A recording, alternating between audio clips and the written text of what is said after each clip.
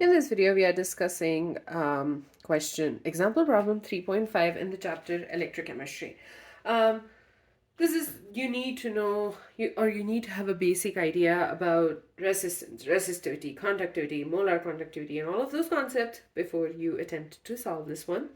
The electrical resistance of a column of 0.05 moles per liter NaOH solution of diameter 1 centimeter and length 50 centimeter is so much. 5.5 into 10 to the power 3 ohms. We need to calculate resistance, resistivity, conductivity, and the molar conductivity. Again, let me know if you find me using a laptop more helpful than the whiteboard. So when you have the so we need to calculate the resistivity, the conductivity, and the molar conductivity, right? Let's start with what's been given to us. Okay, so we've been given the concentration is 0.05. Actually, I'm just going to say concentration because I find the letter C very confusing sometimes. So concentration 0.05 moles per liter. Okay, we've been given the diameter 1 centimeter. Okay, length is 50 centimeter. We've been given the resistance, which is R, is 5.55 into 10 to the power 3 ohms. Okay, we've been given all of these values. Basically, what we're going to do is look at each one of those, things and know their definition, figure out what the formula is, and then substitute all of these values in their formula. And that's it. Okay, it's super simple. It's not too difficult. Okay, so first of all, we know the resistance is basically the obstruction of the obstruction of the current, not of the current, but like the obstruction which is provided in the wire when the current is trying to flow through it, right? That's the opposing. That's basically what resistance is. Let's start with finding out what resistivity is. So the resistivity is basically when you have a conductor which has 1 centimeter of length and the area of the cross section is 1 centimeter cube. That's the resistivity of the conductor. Okay, so the formula for resistivity is basically, let's do that. R, first of all, we know R is rho L by A. Okay, now rho is the resistivity, R is the resistance, L is the length, A is the area. Now we need to find the value of the rho. So rho is equal to R into A divided by L. Okay, RA divided by L. First of all, we have the resistance. It's right here. 5.55 into 10 to the power 3 ohms. So let's put that in.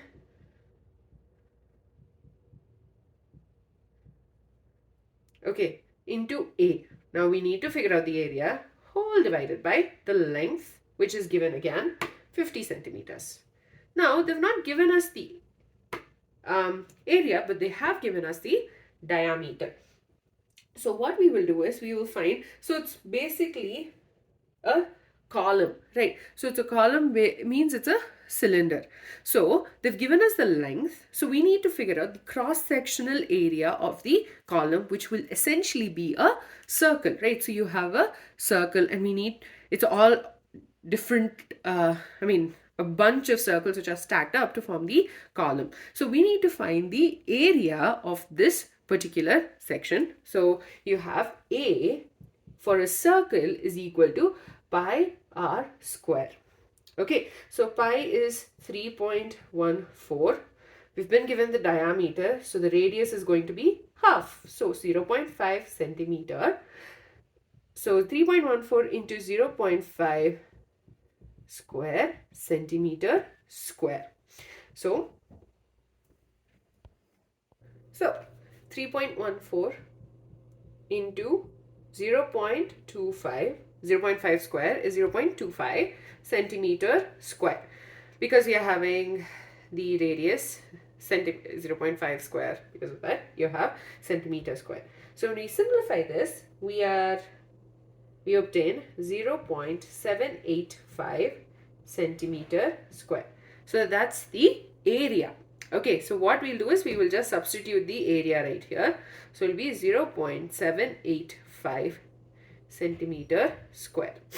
Centimeter and centimeter square gets cancelled. So you're left with ohm centimeter. Now let's simplify this further. The 0 can be cancelled with the 3 to give us 2, right? Because it's 10 into 10 into 10. Just cancelling that. And then this 5 is cancelling on with this. So you get 1.11. So you are left with 1.11 into 10 square into 0.785 ohm centimeter. Okay, now this, when we further simplify it, when we multiply this with this, you get 0.87135 into 10 to the power into 10 square ohm centimeter, which gives us 87.135 ohm centimeter. So all we did was we used R is equal to rho L by A, and the value of rho is the resistivity. So we calculated the area from the diameter which is given to us, and we were able to substitute all the values in the equation for us to obtain the value of 87.135 ohms centimeter. Okay, that's the resistivity. The next one is the conductivity. Now conductivity is basically the inverse of resistivity, right? So conductivity is referred to by kappa is equal to 1 by rho. So all we have to do is do an inverse. So kappa equals to 1 divided by 87.135 ohm centimeter. So when this goes to the numerator, it becomes ohm inverse centimeter inverse, right?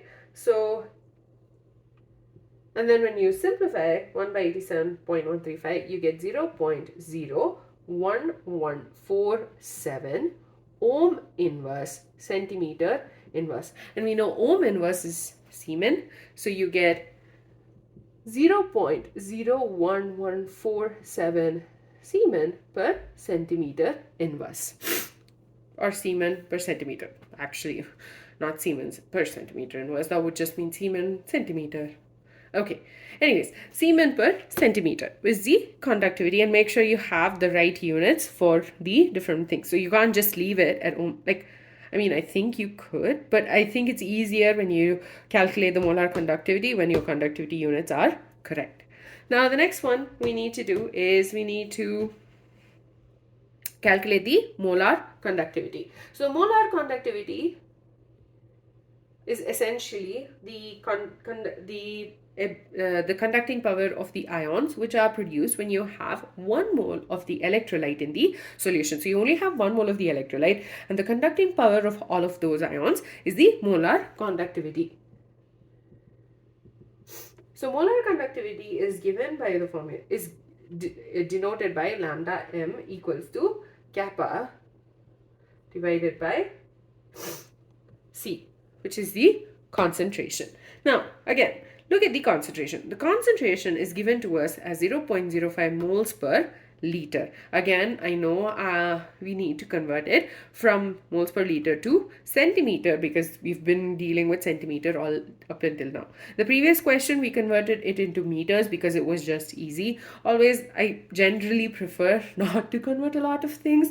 That way life is significantly easier, because if you had to do it in meters, you'd have to convert these two as well, and then this. Anyways, long story short, we're just going to convert the concentration to centimeters instead of meters. So 0.05 moles per liter, right? So we want to convert liter inverse to centimeter minus 3. That's the goal, right? So first of all, we know liter to centimeter is 1 liter is equal to 1000 centimeter cube.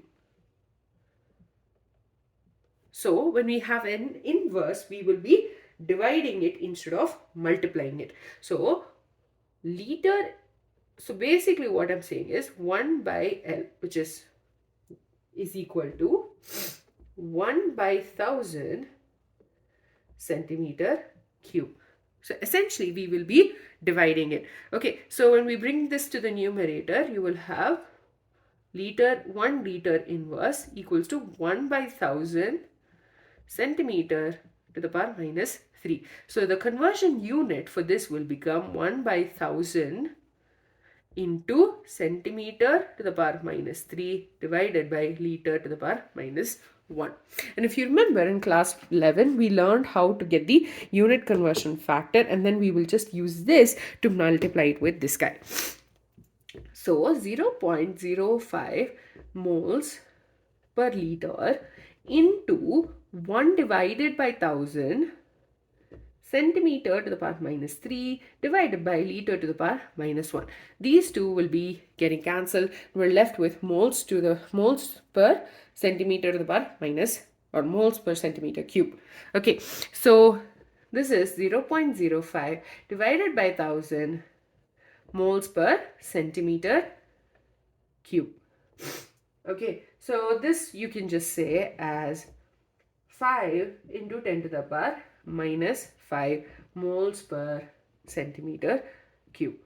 So essentially what we're doing is we are using the original conversion factor, and then we're modifying it so that we have it the inverse of it. Okay, that's why we're doing all of this. I hope that makes sense. So essentially what we'll be doing now is substituting the various values in the molar conductivity equation. So you get 0.01147 Siemens per centimeter divided by 5 into 10 to the power minus 5 moles per centimeter cube.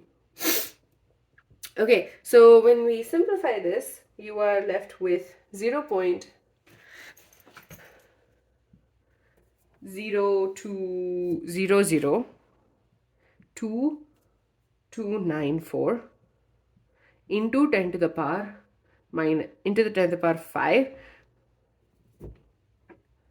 Siemens centimeter inverse mole inverse centimeter cube.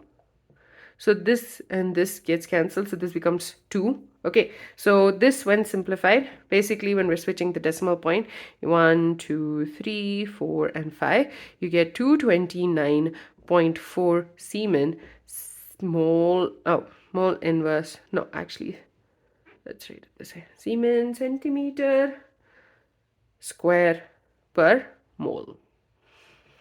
Okay, so you're left with 229.4 is the molar conductivity. So basically what we did was we used the different formulae for resistivity, conductivity, and molar conductivity, and obviously you need to do it in the order. Make sure your units are correct. I hope the conversion when you have the inverse of the unit made sense. And we basically substituted the different values, and then we were able to obtain the value of resistivity, the conductivity, and the molar conductivity for the sodium hydroxide solution, the column of sodium hydroxide solution. I hope all of that made sense.